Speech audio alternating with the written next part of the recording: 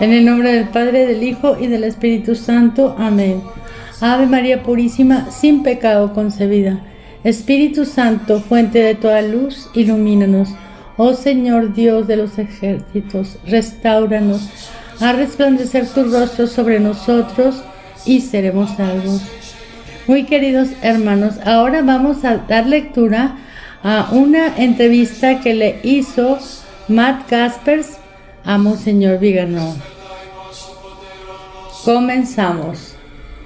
En su nueva declaración, usted distingue la Iglesia Conciliar de la Iglesia Católica, de tal manera que afirma que hay dos iglesias ciertamente, mientras que en el pasado, aquí ha afirmado, obviamente no hay dos iglesias, algo que sería imposible, blasfemo y herético. En consecuencia, parece que su postura ha cambiado. Sostiene ahora que la Iglesia Conciliar está completamente separada de la Iglesia Católica, en lugar de ser una secta subversiva que existe dentro de la verdadera Iglesia. Contesta Monseñor: mi posición no ha cambiado. Solo hay una Iglesia verdadera, que es la Iglesia Católica Apostólica Romana. Pero existen, de hecho, dos realidades superpuestas, por así decirlo, una de las cuales es la Iglesia verdadera, precisamente, y la otra es la falsa iglesia, la iglesia profunda. Si usted se fija en mi declaración, yo acuso, escribí expresamente dos iglesias con minúscula inicial para subrayar lo anómalo de esta coexistencia. Pregunta: ¿qué hay de nuevo en esta secta comparada con otras que a lo largo de la historia han cuestionado los dogmas de la iglesia? La Iglesia se ha enfrentado a 1000 herejías a lo largo de los siglos. Los herejes siempre han afirmado haber descubierto la verdadera doctrina y han acusado a la Iglesia de haberse equivocado, sustrayéndose a su autoridad. La Iglesia, por su parte, condenaba la herejía y los herejes eran expulsados del cuerpo eclesial. Seguían haciendo daño, pero al menos su separación de la Iglesia Católica era clara y los fieles se mantenían apartados de ellos. Esta vez, sin embargo, tenemos herejes y apóstatas que sabían que si se separaban de la Iglesia de Roma, encontrarían el miserable final de todos los heresiarcas. Por eso se han organizado para estar a la cabeza de la Iglesia, para así poder promulgar la herejía desde la sede de Pedro, imponiéndola como una verdad que hay que creer en virtud de la autoridad del romano pontífice, y para poder acallar toda voz disidente con sanciones canónicas y excomuniones, y al mismo tiempo utilizar los púlpitos, las sedes episcopales, los seminarios y las universidades para difundir sistemáticamente el error. Antes se podía acudir a la Santa Sede para dirimir cuestiones doctrinales y disciplinarias, mientras que hoy es la misma Santa Sede el instrumento institucional de los herejes que la han ocupado. Como también ocurre en el ámbito civil, ante flagrantes violaciones de la ley por parte de la autoridad, es imposible obtener justicia de esa misma autoridad corrupta que se vale de la complicidad de todos los órganos administrativos y judiciales que hacen posible su actuación. En teoría, esa autoridad ha sido usurpada y es nula, pero de facto actúa imperturbable en su poder. Es necesario tomar nota de la usurpación de la sede apostólica, que no está meramente vacante, sino ocupada, para poner fin a una situación muy grave. Y voy a repetirlo porque la gente cree que esto es per secula seculorum, y no. Es necesario tomar nota de la usurpación de la sede apostólica, que no está meramente vacante, sino ocupada, para poner fin a una situación muy grave, sin olvidar que la ilegitimidad de Bergoglio conlleva también la nulidad de todos los actos de gobierno y de magisterio que ha llevado a cabo, borrando 11 años de errores y horrores. Quienes reconocen esa autoridad como válida y legítima, o lo hacen porque son sus cómplices y no quieren ser descubiertos en su propia traición, o porque no quieren aceptar las consecuencias necesarias que se derivan de ello. Primero y ante todo, reconocer que este golpe de Estado comenzó con el Concilio Vaticano II. Admitir que se ha caído en un terrible engaño requiere ante todo humildad. Y hasta ahora nadie, entre cardenales y obispos, ha tenido el valor de reconocer que la Iglesia Católica ha sido rehén de herejes durante décadas y que estos herejes la han humillado y desacreditado frente al mundo precisamente para privarla de autoridad. ¿Todo esto sigue un patrón o plan preciso? Ciertamente, el modus operandi es el mismo que utiliza la masonería para deslegitimizar gobiernos y apropiarse de la soberanía nacional. Primero, las logias socavan la formación profesional y moral de la futura clase dirigente. Después, corrompen a esos políticos ampliamente incompetentes, provocando sus escándalos para desacreditarles y a las instituciones que presiden. A continuación, apuntan a la corrupción de la política y de las instituciones para privatizar los servicios públicos, con enormes beneficios. Y por último, contratan a políticos corruptos para que trabajen en sus empresas o fundaciones para seguir manipulándoles. También en la Iglesia Católica, la corrupción moral y la formación herética del clero han sido decisivas para la aceptación de cambios en materia doctrinal, moral y litúrgica. Pero cuando pronto salga a la luz el vínculo de complicidad que une inextricablemente al Estado profundo y a la Iglesia profunda, el horror que rodea a estos criminales será tal que constituirá un verdadero apocalipsis en el sentido etimológico del término, es decir, un develamiento, una revelación. Pregunta: usted ha destacado a menudo que existe un paralelismo entre lo que ocurre en el mundo civil y en la Iglesia.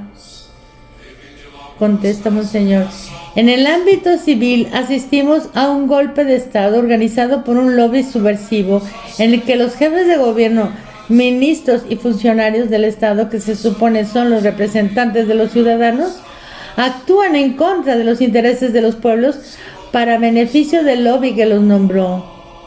¿Son funcionarios? Sí. ¿Son traidores? Sí. En un mundo normal no deberían serlo, pero de hecho quienes ostentan la autoridad en el Estado están en casi todas partes supeditados a una fuerza enemiga que ha infiltrado la estructura de autoridad para utilizarla en su propio beneficio y destruirla. ¿Hay dos estados? No. Uno es el Estado, el otro es el Estado profundo, su falsificación, que precisamente como tal consigue actuar y ser obedecido. Nos encontramos ante la misma situación en el ámbito eclesiástico. El mismo lobby masónico que durante más de 2 siglos ha demolido sistemáticamente gobiernos civiles, ha conseguido penetrar en la Iglesia Católica, nombrar a sus propios emisarios, eliminar progresivamente toda oposición interna e imponer una serie de cambios radicales que subvierten la enseñanza magisterial de 2000 años. El propósito de estas 5 columnas ha sido apropiarse de la autoridad de la Iglesia para demolerla desde dentro, utilizando la fuerza de la ley para el fin contrario al que la legitima. ¿Son 2 iglesias? Por supuesto que no. Una es la iglesia verdadera, la otra es la iglesia profunda, es decir, su falsificación, la contraiglesia, la antiglesia del anticristo.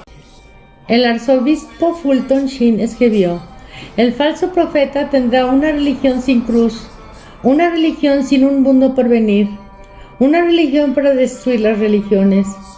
Habrá una iglesia falsificada. La iglesia de Cristo, la iglesia católica, será una, y el falso profeta creará otra. La falsa iglesia será mundana, ecuménica y global. Será una federación de iglesias, y las religiones formarán un cierto tipo de asociación global, un parlamento mundial de iglesias. Estará vaciado de todo contenido divino y será el cuerpo místico del anticristo. El cuerpo místico en la tierra hoy tendrá su Judas Iscariote y será el falso profeta. Satanás lo introducirá de entre nuestros obispos. Pero la iglesia profunda no se manifiesta oficialmente como tal, porque perdería inmediatamente su poder sobre los fieles. Su propósito es hacer que la gente acepte no tanto y no solo este o aquel cambio de doctrina moral y litúrgica, sino el cambio mismo, es decir, la idea de una revolución permanente, según la cual la enseñanza de la Iglesia debe cambiar e incluso contradecirse según las diferentes épocas y contextos culturales. Una vez que la Iglesia profunda ha conseguido que se acepte este principio, puede actuar en todos los frentes, contradiciendo lo que la Iglesia enseñó hasta el Vaticano II. Los fieles y clérigos que no son conscientes de este engaño siguen perteneciendo a la Iglesia Católica, por supuesto, igual que habían pertenecido a la Iglesia de hace 100 años. Los que se consideran miembros de la Iglesia conciliar habían sido condenados como herejes hace 100 años y por tanto no pueden considerarse ni siquiera hoy en comunión con la Iglesia Católica. La paradoja es que el jefe de la Iglesia conciliar, que es herético y apóstata, también puede ser considerado pontífice de la Santa Iglesia Católica Romana y como usurpando a nuestro Señor la voz de su esposa para deshonrarla a ella y a Jesucristo mismo. Aquí también tenemos una superposición de dos entidades, Iglesia y antiiglesia, en la misma jerarquía, y esto es lo que constituye el golpe maestro de Satanás que el arzobispo Lefebvre denunció desde el principio.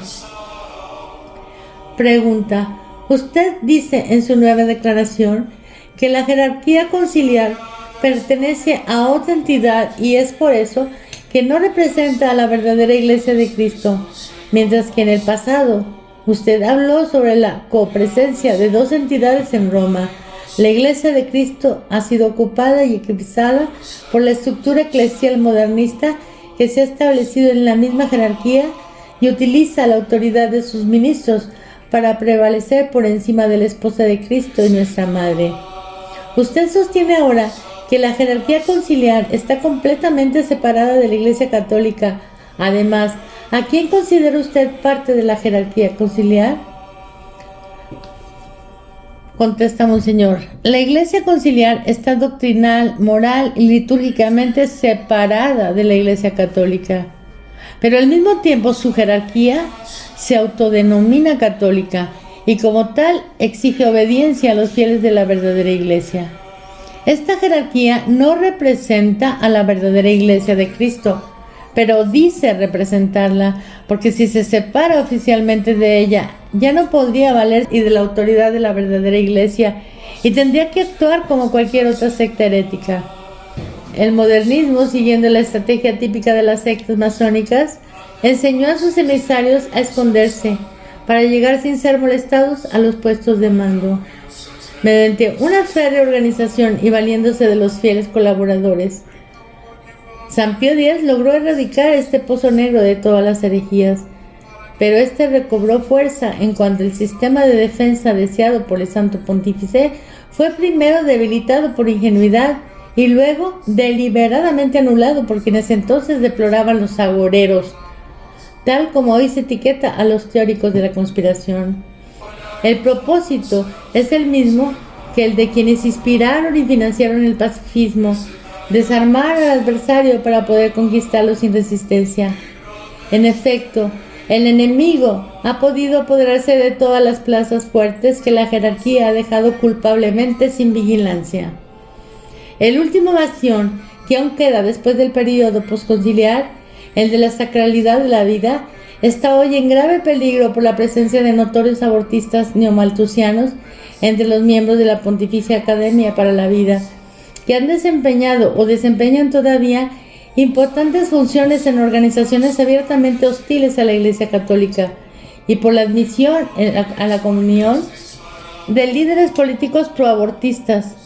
Piénsese, por ejemplo, en Joe Biden y Nancy Pelosi. El vergonzoso silencio de los obispos estadounidenses y de la propia Santa Sede sobre la inclusión de los movimientos pro-vida por parte de la administración Biden en la lista de las organizaciones terroristas nos deja horrorizados. Por lo tanto, el problema no es si estamos en la Iglesia, sino si forman parte de ella quienes usurpan su autoridad para demolerla. Son ellos los que deben ser expulsados, no nosotros. Ellos no forman parte de la Iglesia, cuya autoridad han usurpado y por lo tanto no tienen derecho a hacer lo que hacen y no pueden de ninguna manera exigir obediencia a los fieles.